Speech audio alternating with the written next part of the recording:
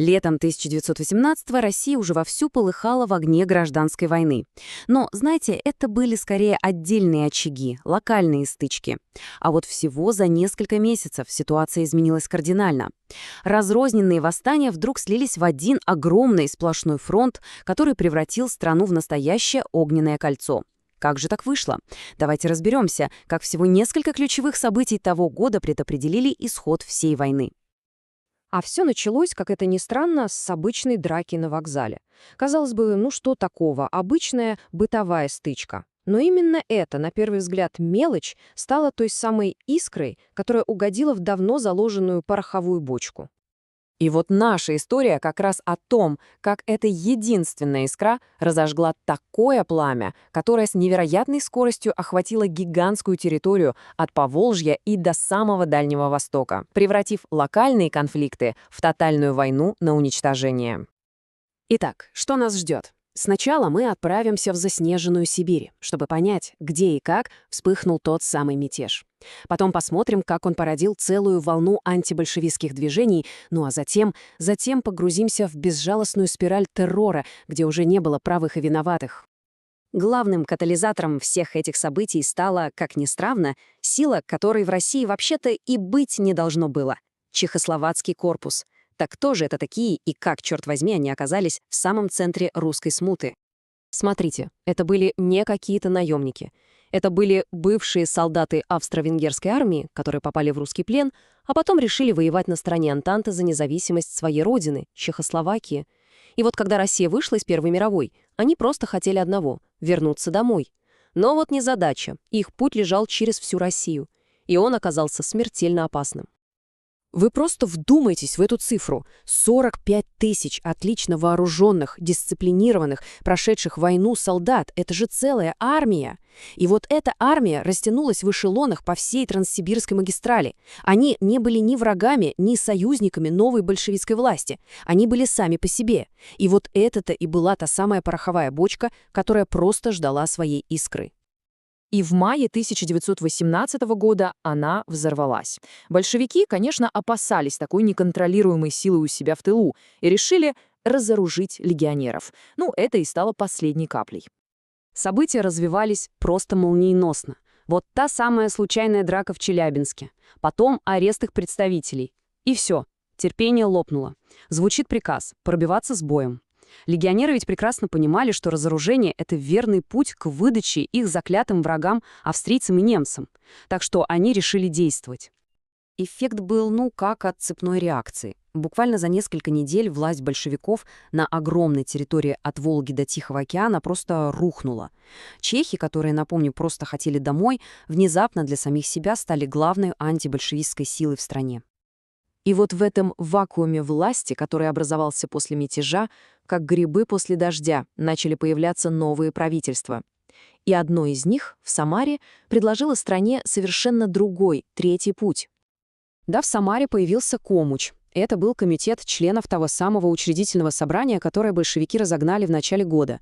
И они пытались стать третьей силой, то есть не за белых генералов-монархистов и не за красных комиссаров. Это была, пожалуй, последняя серьезная попытка построить в России демократическую республику. Но, увы, этот демократический эксперимент был обречен. Он оказался зажат между двух огней. И осенью 1918 года адмирал Колчак совершил военный переворот, установив жесткую военную диктатуру. Все. Надежда на третий путь умерла. С этого момента остались только красные и белые. И вот, когда исчезла последняя надежда на какой-то компромисс, война стала тотальной. Жестокость перестала быть просто побочным эффектом, она стала официальной государственной политикой, причем и для красных, и для белых. Покушение на Ленина в августе стало очень удобным поводом. Уже 5 сентября большевики издают знаменитый декрет о красном терроре. Тут важно понимать, террор, конечно, был и до этого, но теперь массовые расстрелы, концлагеря, заложничество — все это стало официальным, узаконенным инструментом государственной власти. И вот здесь ключевой момент. Террор ни в коем случае не был односторонним, но он был разным по своей природе. Красный террор был системным, идеологическим, он управлялся из центра и был направлен против целых классовых врагов. А вот белый террор чаще был спонтанной, невероятно жестокой местью на местах. за убитых товарищей, за разрушенный старый мир. Точные цифры жертв — это до сих пор предмет ожесточенных споров среди историков.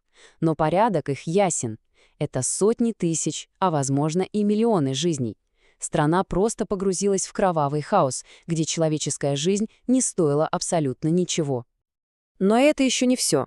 В этот и без того кипящий котел гражданской войны добавился еще один мощный ингредиент – иностранная интервенция. Хаос в России и мятеж чехословаков стали для мировых держав просто идеальным предлогом для вмешательства. 14 стран! Просто вдумайтесь в эту цифру. От британцев на севере и до японцев на Дальнем Востоке. Официально-то они заявляли, что хотят помочь белым и восстановить Восточный фронт против Германии. Но реальные цели, как обычно, были совсем другими. А вот истинные мотивы прекрасно раскрывают секретная конвенция между Англией и Францией. Они, недолго думая, просто поделили бывшую Российскую империю на сферы влияния. Кавказ и Казачьи области – Британии, Украина и Крым – Франции. Речь шла не об идеологии, а о банальном контроле над ресурсами и территориями. И вот к концу 1918 года пазл окончательно сложился. Советская Россия, которая контролировала, по сути, лишь центр страны, оказалась в настоящей осаде. Со всех, абсолютно со всех сторон ее сжимало то самое огненное кольцо фронтов. Посудите сами, на востоке из Сибири наступает огромная армия Колчака. На юге – добровольческая армия Деникина и донские казаки. На севере, в Архангельске и Мурманске, высадились войска Антанты. Война перестала быть какой-то партизанщиной. Теперь это была классическая полномасштабная война с четкими линиями фронтов, армиями и стратегическими планами. Вот так. Всего за полгода правила игры полностью изменились. Именно эти несколько месяцев 1918 года и создали ту расстановку сил, которая определила ход самых страшных и кровопролитных лет войны 1919 и 1920. Все главные игроки заняли свои места на этой огромной и страшной шахматной доске. Знаете, до сих пор жив такой популярный миф о благородных белых и кровожадных красных. Так вот, это именно миф. Исторические факты, увы, неумолимы. Жестокость была обоюдной, а массовый террор, как инструмент ведения войны и политики, использовали абсолютно все стороны конфликта. События 1918 года не просто расширили войну. Нет, они сделали нечто худшее. Они сожгли все мосты, уничтожив малейшую возможность для компромисса. И главный вопрос, на который, кажется, до сих пор нет ответа. Когда террор становится государственной политикой, остается ли у страны хоть какой-то, даже самый призрачный шанс на мирное будущее?